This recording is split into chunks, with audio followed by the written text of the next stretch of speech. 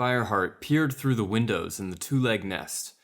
The space inside looked curiously dark and empty. He jumped as a door slammed, making a strange echoing bang like a thunderclap. He began to feel alarmed. "What is it?" asked Sandstorm nervously as Fireheart leaped down to the fence, his tail fluffed up. "There's something going on. The nest is empty. Stay there," he ordered. "I'm going to have a closer look." He crept across the garden, keeping low. As he neared the door to the two-leg nest, he heard paw steps behind him. He spun around and saw Sandstorm, her face tense but determined. He nodded at her, silently agreeing she could stay with him if she wanted, then turned towards the door again. Just then, the loud rumble of a monster started up. Fireheart slipped down to the passage that skirted one side of the nest. His fur bristled with fear, but he kept going until he had reached the end of the pathway.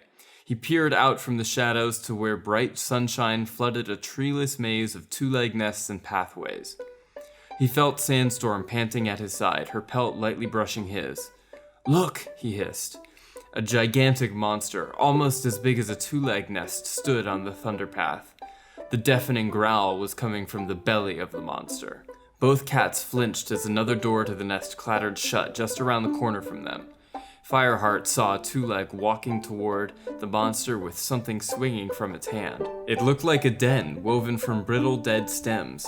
Through the hard mesh at one end of the den, Fireheart could see a soft white pelt. He peered closer and felt his heart lurch as he recognized the face behind the mesh, its eyes stretched wide with terror. It was Cloudpaw!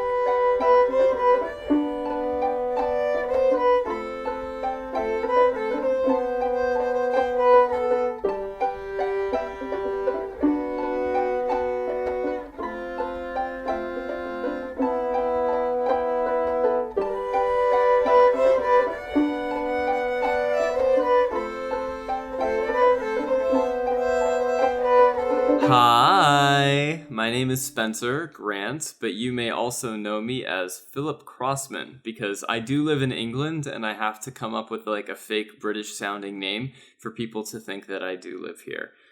Because I don't know if you've heard, but like this country is racist and they do not like Americans very much.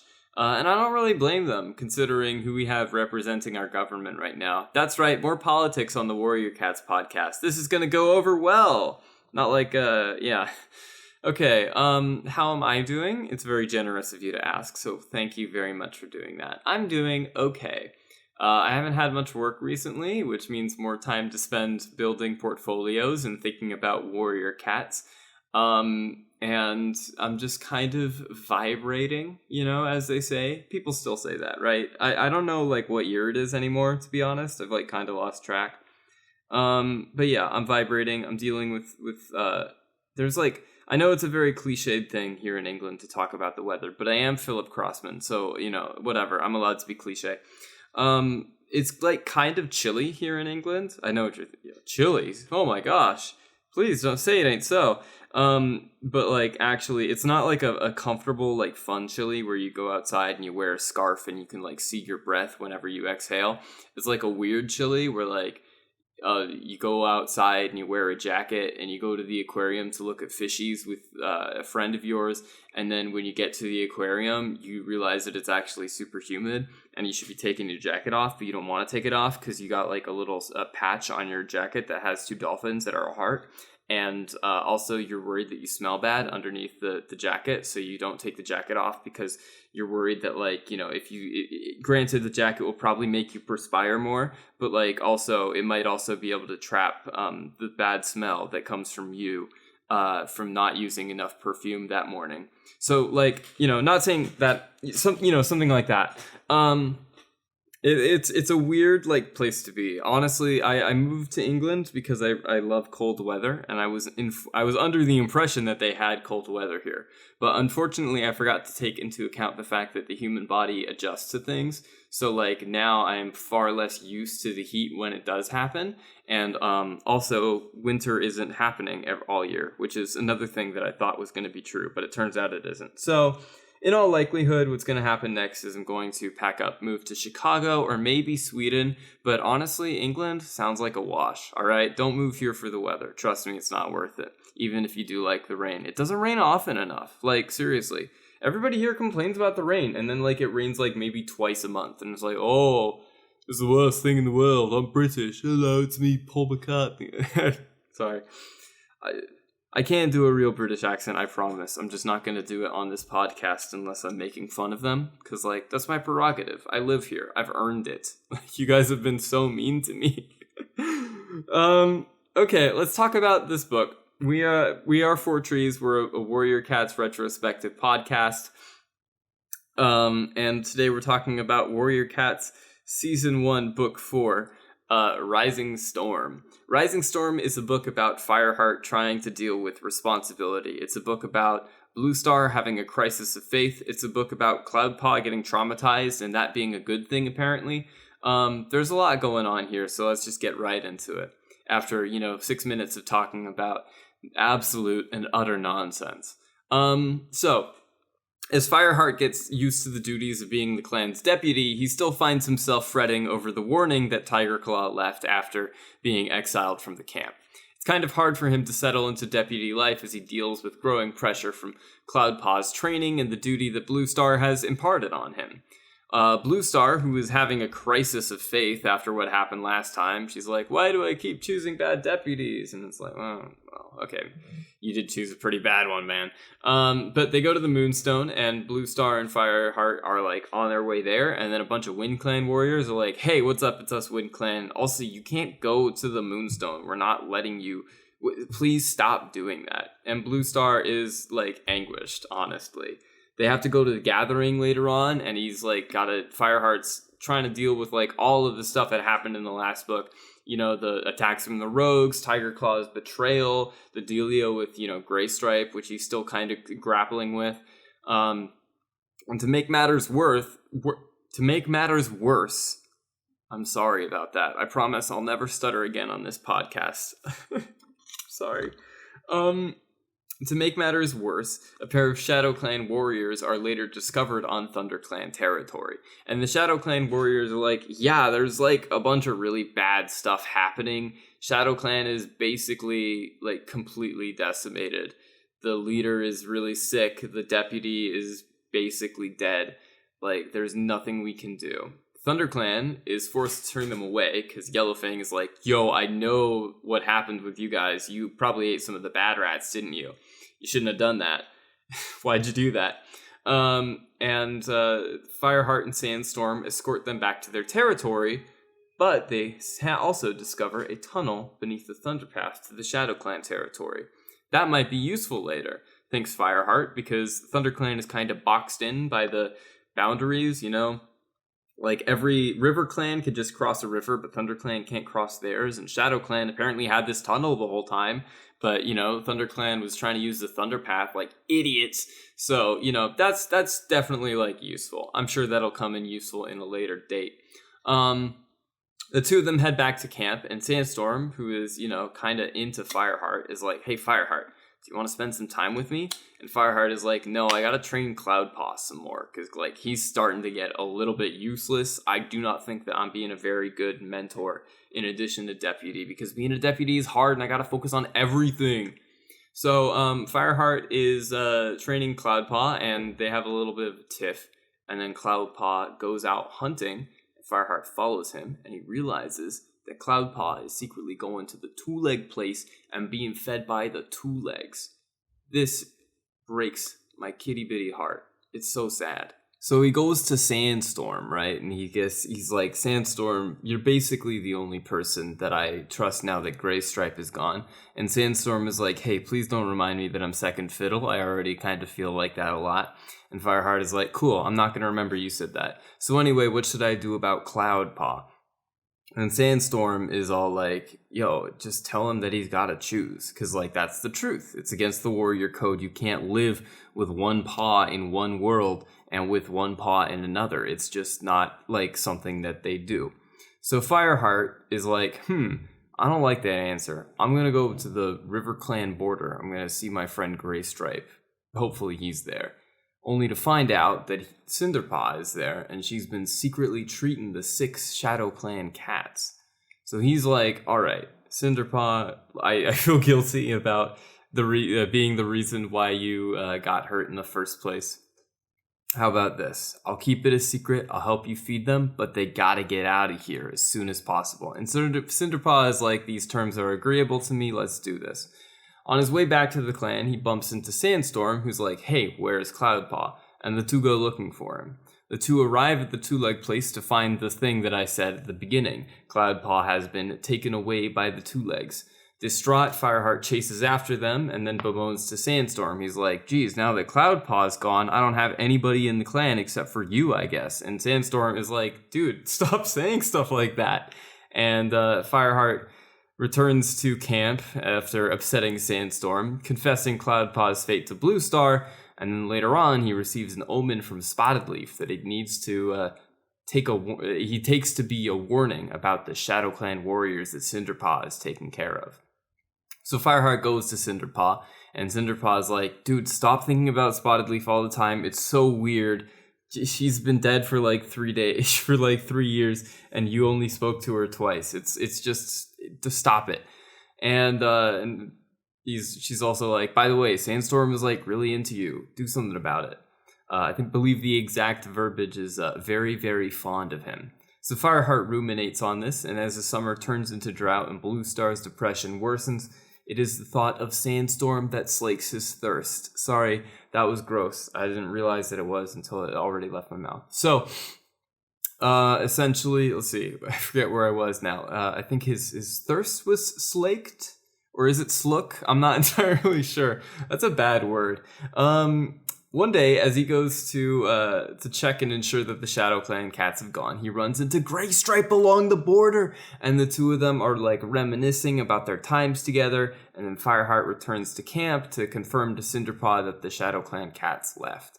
However, the two barely have time to catch up before a group of cats run into the camp, warning of an attack. Fireheart and Whitestorm take charge and find that the Shadow Clan cats from earlier are standing in front of Running Wind's body. Furiously, Fireheart chases him out into the Thunderpath where the Shadow Clan warrior is struck by a car. Fireheart dashes out, realizing what he's done, and discovers that Tigerclaw is responsible for the attack. A fierce battle ensues, and the Thunder Clan cats only barely make it through, thanks to a providential River Clan patrol coming to their aid. Fireheart is still troubled, wondering about why he scented Shadow Clan cats along with Tigerclaw's rogues gallery. He drags the Shadow Clan cat's body to the Shadow Clan side of the Thunderpath and heads back home to try to coax Bluestar out of her doom spiral after losing Running Wind, Shortly afterwards, while patrolling the Thunder Clan territory, Fireheart and Sandstorm encounter Ravenpaw, who has come to tell Fireheart about having spotted a Thunder Clan cat out by his farm. Fireheart realizes that it might be Cloudpaw, so the three of them go on an adventure to rescue him. They find Cloudpaw in the two-leg home and manage to help him escape and return to the clan. Though he is greeted with some suspicion, Bluestar grants her approval for him to join, and he is welcomed back as an apprentice once more. That night, Fireheart dreams of a fire and awakens to realize the entire camp is burning. Panicking, the clan evacuates and is taken in by River Clan, though not without the losses of Patchpelt and possibly Yellowfang and Halftail. While Thunder Clan is battered and bruised, Fireheart takes solace in spending time with Graystripe, who introduces Fireheart to Silverstream's kits. The two of them venture back into the forest to search for Halftail and Yellowfang, and while they find Yellowfang alive, she dies shortly after, while giving Fireheart some kind parting words. Fireheart, who has just been heartbroken for so much of this book, returns to ThunderClan with the news, and Bluestar calls them back to the camp now that the fire has been put out. They return to the camp, and Fireheart tries to organize the recovery, while Bluestar declares that she no longer trusts StarClan. Fireheart, again, does his best to keep things together, and after Bluestar refuses to go to the gathering, he brings ThunderClan with her in her place. While there, he makes peace with WindClan, because he was trespassing on their territory earlier, and he joins the leaders on the Great Rock to await ShadowClan's arrival. However, when ShadowClan pours into the clearing at Fourtrees, it is revealed they have a new leader, Tigerclaw. Ooh.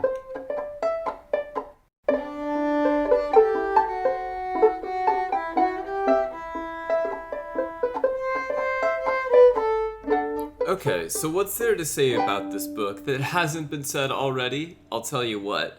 This book taught me a word. That's right, me, Spencer, the world's greatest speaker of English, have learned some things from this book, Warrior Cats, that I have read.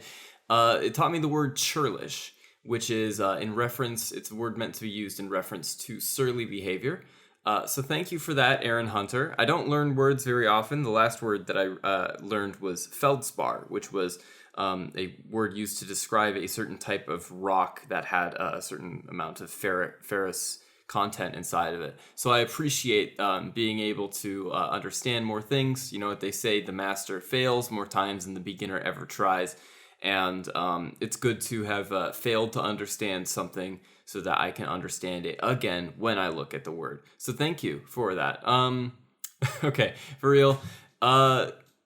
One thing that caught me immediately upon reading this was that the Shadow Clan cats, like there's a prologue where they're talking about the sickness in Shadow Clan, but they want to be vague about it, so all the Shadow Clan cats refer to each other by rank instead of by name.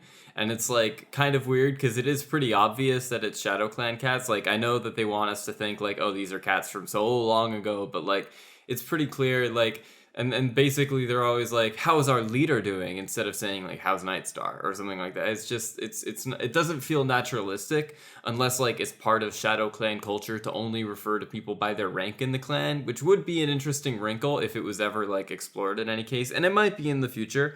And I might just not have been paying any attention to it until now. They did do a thing later on where when they revealed that Tigerclaw was the leader, they were like, oh yes, our leader has died.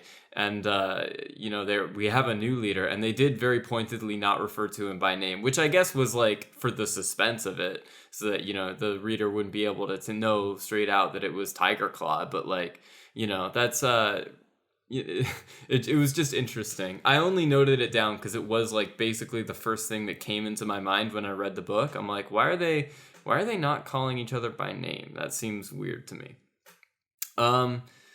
Okay, but the other thing that I think my major takeaway from this book, aside from like the big anxiety that Fireheart has over being a deputy, and the depression that Bluestar is going through, is Bramblekit. That's right, the legend continue. Bramblekit and like how he ties into the whole Cloudpaw story is, I think, probably the biggest driving force of this. Fireheart's basically like the deal with Cloudpaw kind of came to a head where Fireheart was spending the last couple of books wondering if he would ever adjust to clan life, and sure enough, this is where we find out. Will he adjust to clan life? Will he return to the two legs? And while we were initially disappointed with him, we get this fun trauma going on. And it is so the Cloudpaw situation, thank you for sitting through the stuttering, by the way. The Cloudpaw situation is interesting for sure. I think I mentioned before in Ravenpaw about how, in regards to Ravenpaw, about how the clan life isn't really for every cat.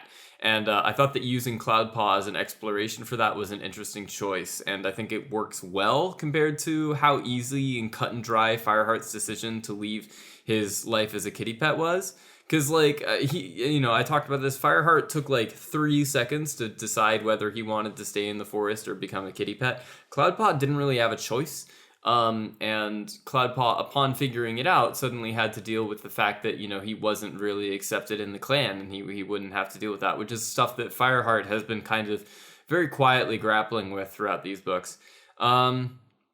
He said some interesting stuff in regards to that situation when he was thinking about how Cloudpaw's allegiances lie. Because it seems like half of the reason why he likes having Cloudpaw around is because he kind of objectifies Cloudpaw. He treats Cloudpaw as a symbol that you don't have to be born in the forest to be a good warrior. And it seems like Fireheart is basically using Cloudpaw to prove to himself that he belongs in ThunderClan to begin with. He wants to prove that kitty pets can make it, and that he's not some magical exception, and that not all warriors are warriors and not all kitty pets are kitty pets. And on that level, I feel like Fireheart realizing that Cloudpaw might not belong in ThunderClan may make him feel as though he doesn't belong in ThunderClan either. He doesn't have any family in the clan, and like throughout this book, he's not particularly well liked by some of the more vocal clan members. And Fireheart really wants to feel like he belongs. It's like basically what he does. He kind of outright says that when he pisses off Sandstorm at the end of the chapter where Cloudpaw is kidnapped. He's like, Cloudpaw is the only family I have. You warriors have each other. That Cloudpaw is everything to me. And Sandstorm is like, whoa, I want to be everything to you, babe. And that's I'll get into Sandstorm later because that is she is pretty interesting. But like it is something to think about. Cloudpaw is basically a personified version of Fireheart's sense of belonging. I'm not. This was another part. Like basically, when Cloudpaw got kidnapped, Bluestar kind of shrugged it off, and she was like, "Well, it's StarClan's will." And at the time, I was like, "That's freaking weak." And as I think about it more, like I think it's still kind of weak, and it doesn't seem to me like something Bluestar would say if she is struggling with StarClan so deeply as she is normally. But also like. It's not. I don't know. This book is also partially about Bluestar's crisis with StarClan. Like she's having a crisis of faith. At the end of the book, she basically renounces them. But like Fireheart has to keep that secret because he doesn't want all of the clan cats to know that because not all the clan cats share Bluestar's opinion. I figured when Cloudclaw got abducted and Bluestar was like, StarClan has a plan for every cat and he'll be happier with the 2 legs, I was like, that is a dangerous mentality. And I did not appreciate when Fireheart kind of slipping into it when he's filling Ravenclaw in on Tigerclaw's doings. Because like Fireheart's kind of like, oh yeah, I wouldn't worry about Tigerclaw because, StarClan is with me. I have the power of God and anime on my side. And, at least, like, there's some telling, at least. I appreciate that he's kind of filling in the same opinion as his mentor. Because Bluestar is basically a mother figure in these books. And it was kind of cute to see that. But I just, the StarClan crisis of faith thing, I don't know. Perhaps I'm not religious, as I've said many times before. But it's difficult for me to, I would say, relate to. Because there has never been a point in my life where I have believed in a deity. Like, terrible things have happened to me. Unspeakable, horrible things have happened to me. I'm not going to laugh about that. But, like, bad things have happened, and at no point in my life have I ever sought comfort in the arms of, like, thinking that this is all part of a greater plan. I would rather have no God than a malevolent one. And I guess that's kind of where Bluestar ends up. But like faith is a very big thing in these series, and it is explored pretty heavily. So I am kind of like on the outside looking in, and at least to me as a human, it doesn't seem that compelling. But there is also the factor that StarClan is essentially real, and they become even more real towards the end of the series. Like it's not even like they're physically existing or something like that. But like whatever. I think the resolution to the whole Cloudpaw thing was like okay. I thought it was an interesting choice. It was interesting is about as polite as I can get to it. I do think that it was legitimately interesting. I just don't think it would have been the one that I made. I kind of hope that he would like find his way back on his own and be forever changed. And I think that being rescued by Fireheart is a little bit of a weaker conclusion. And even though this is Fireheart's story, I would have liked to see Cloudpaw actually prove himself to be competent for the first time since he was Cloudkit. And he does later on kind of prove himself to be competent while he's like fixing up the camp. But I'm unsure as to what extent that's Cloudpaw is good now versus Cloudpaw is mourning the death of the clan elders who basically raised him and accepted him when no one else did. Which, like, I could definitely feel for him. Towards the end of the book, I was really I, like, got chills when Yellowfang died. Because, like, she was there at the beginning. She basically raised us, you know? She helped Fireheart become a clan member. She was good to Cinderpelt and everybody else, and like, you know, it was awful sad to see her go, and I'm glad she had the chance to get like a good few dying words in there, but like, man, it was it was disheartening for sure. Which, so now I'm going to talk about Bramblecit, because like this was a part of the story that I thought was funny, but like also a little bit weird.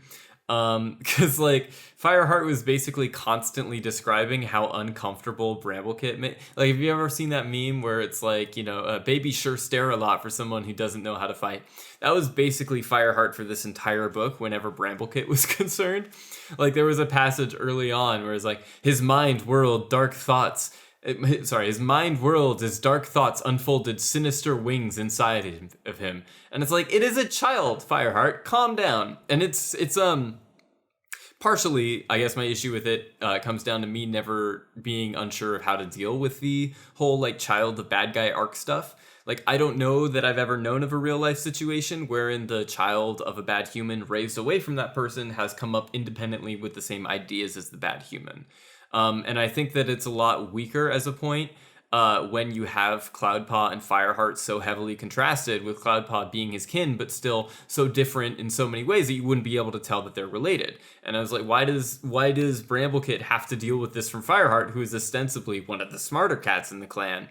And like, it's even said later in the book that the duty of raising kits traditionally falls more upon the queen than the Tom that fathered them. When Fireheart is mourning Greystripe's absence, he's like, well, he could come back if he didn't want his kits. Why does he want to be around his kits? Doesn't make sense.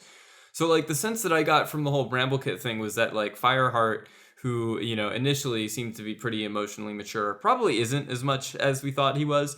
And some of that probably has to, comes down to protagonism. When you're a protagonist, you sometimes will have to be a little bit stupid sometimes for the story to, catch up. And sometimes that's just kind of how things are. And also, he's an adult now. I'm less willing to forgive his transgressions as I was when he was a kid. So that's kind of where I come out on it. Bramblecit, the legend continue, as I would, that's just about where it is. One of the real MVPs of this book was Whitestorm. I think he was a good replacement for Greystripe, though I know that nothing will ever replace the Greystripe-shaped hole in Fireheart's heart. It was nice to see at least one cat act rationally. The more we're getting into Fireheart's adult age, the more judgy I am of him. And honestly, if Fireheart hadn't been around, I could see Whitestorm being the deputy. I do not know why Bluestar chose Tigerclaw over Whitestorm to begin with. Because, in the last book, Bluestar was like, yeah, he's just like Thistleclaw, man. That guy sucked. And it's like, okay, why would you want him to be your deputy, though? But, like, Whitestorm is being a good guy. He's looking after Bluestar. He's looking after the clan. He's reassuring Fireheart. He stood vigil with Bluestar as Running Wind passed, which I thought was pretty good. But then, like, Greystripe kind of comes back for all of 2 seconds, and he tackled Fireheart like he did when they first met, and it was so cute, and I loved it. But, yeah. Whitestorm was an MVP. Another MVP, definitely Cinderpelt. Cinderpelt came out with this anti-spotted leaf rhetoric, which I was like waiting for so long. Cause like, it's so weird that spotted leaf is still a big thing. And I don't know. She never felt very naturally attached to him in the first book. Like it felt so one-sided. And this idea that Spotted Leaf is coming to Fireheart in dreams is just a little bit silly to me. Like, I would love to think that Fireheart is just like willing her into his dreams because he's so obsessed with her. And I love Cinderpelt coming out and being like, you talk about her as if she is still alive. Why can't you let her rest with StarClan? I know she was special to you, but remember what Yellowfang said to me when I couldn't stop thinking about Silverstream. Put your energy into today. Stop worrying about the past. And Fireheart's like, what's wrong with remembering Spotted Leaf? And Cinderpelt's like, because while you're dreaming about her, there's another cat, a living one, right under your nose whom you should be thinking about instead. Which brings me to Sandstorm, who is another MVP of this freaking book, man. I am so glad that Sandstorm is finally starting to play in the story. I like how long it's taken to get to this point. I think that it makes the romance and the associated feelings feel very natural. I also like how she regularly challenges Fireheart, even in cases where the answer is pretty cut and dry. What if we did leave Cloudpaw in the two-leg place? Can we really risk being away from our camp? I think that, Sandstorm is a good character, and I'm glad that, like, she's worked her way into the love interest, like, really organically. Far more than Spotted Leaf. I thought that was pretty cool.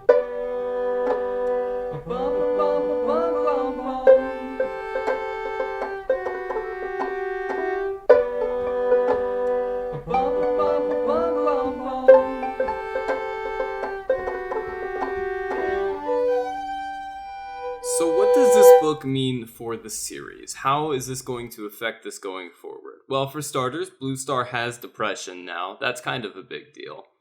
I'm kind of curious as to how Cloudpaw's trauma is going to affect him going forward. Like, I want to say that it will affect him quite a lot, but also I'm scared that it won't. Because, like, you know, I'm not sure to what extent how much thought goes into the side characters.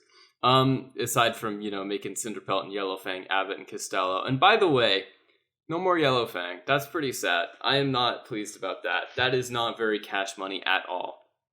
Cinderpelt's gonna feel this. Fireheart's gonna feel this. She's just a lot of fun, and I'm gonna miss her dearly. Tigerstar, obviously, you know, big thing. He's probably gonna do some evil stuff. You know it. Fireheart may not be quite as mature as we thought. I just want to throw that in there, right? Obviously, the Bramble Kit, like, he did end up saving Bramble Kit, but, like, come on.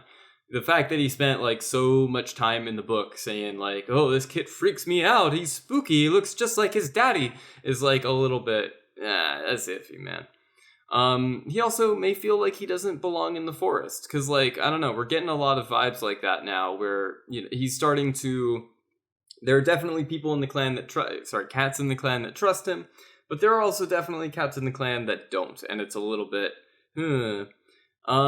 and also, Fireheart and Sandstorm slow burn, of course. I'm so into that. I was really happy that, like, it took this long to get it to here. I don't know, if you, like, read a lot of YA books, a lot of the times they'll end with, you know, the main character getting paired up, or, like, for there being a definite interest between the main character and another person. Like, it's some kind of reward for, you know, being a good person.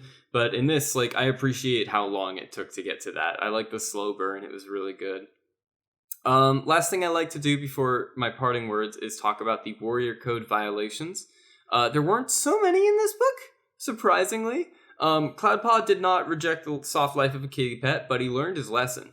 And Fireheart and Sandstorm did trespass into Wind Clan territory to save Cloudpaw, and Thunder Clan cats did hunt in the River Clan territory after the fire, but, like, a lot of that was state sanctioned, so, like, you know, I'm not, like, I don't know, I'm not counting too many. It was surprising for sure, but I'm really proud of all of the cats in this book for managing to not break the freaking rules.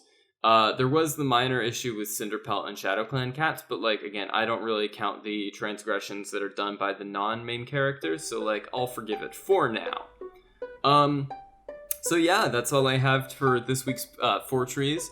I should say, this podcast is going to get a huge upgrade once we start getting more people in. I'm putting together the assets for it right now, and it looks freaking great. So, if you're listening to this from the future, hi, this is what it used to be like. Can you believe it? And if you're listening to this in the now, trust me, man, in like 3 weeks, you're gonna see it's gonna be freaking great. In the meantime, thank you so much for listening. I've been Spencer. You have been fantastic, beautiful, and I love you, and take care. Bye! Wait, should I do like a thing where